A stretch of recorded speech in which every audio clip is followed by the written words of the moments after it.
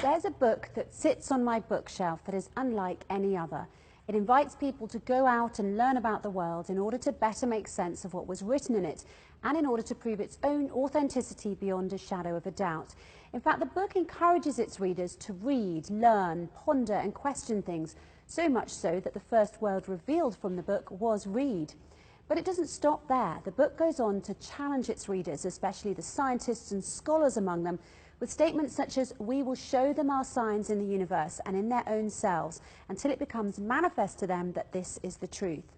And these similes we put forward for mankind, but none will understand them except those who have knowledge. The author of this book gives us the total freedom to either believe or disbelieve in what he wrote, but at the same time the author tells us that he also has the freedom to determine our fate after death, with either eternal happiness in paradise or an eternal painful punishment in hell. There is no third option. The following is just one quote from the book's many profound passages, given as a quick and simple example to help you understand what I mean. The author swears that indeed what is written inside this book is very serious and is not a joke, but the amazing part is that the author swears by two phenomena that at the time the book was revealed, 1400 years ago, were completely unknown to man in any way.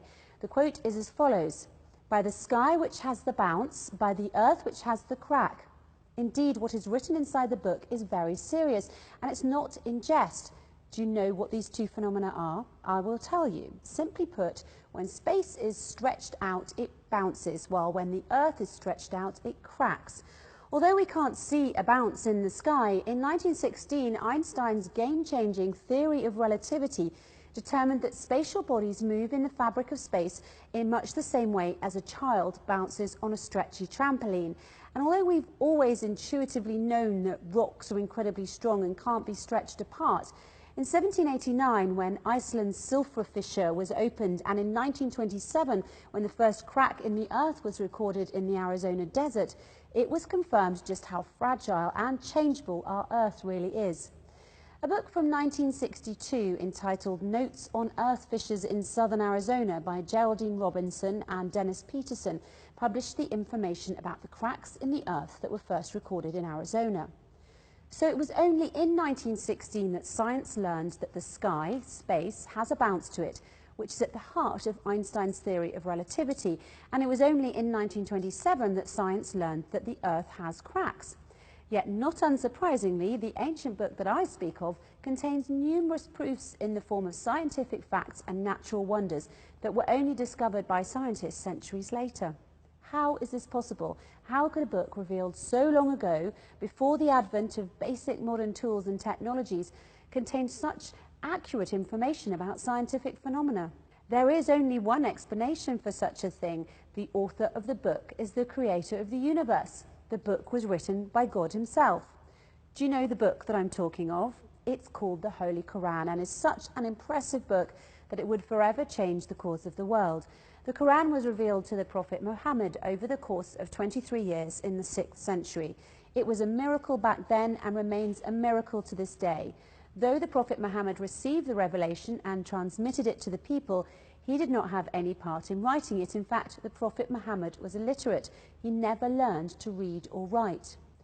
What makes the Quran so unique is that it contains wisdom and knowledge that never gets outdated. And for a book from the 6th century, that's pretty exceptional.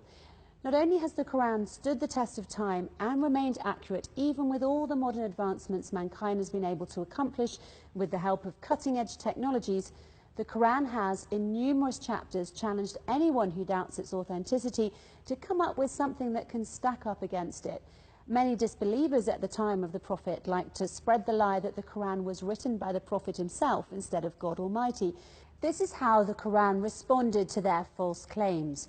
Or do they say he, Prophet Muhammad, has forged it, this Quran? Nay, they believe not.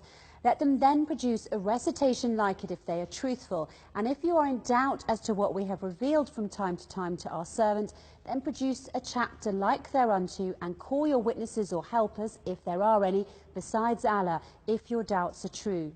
In short, the Quran challenged them just as it has challenged scholars, intellectuals and scientists for the past 40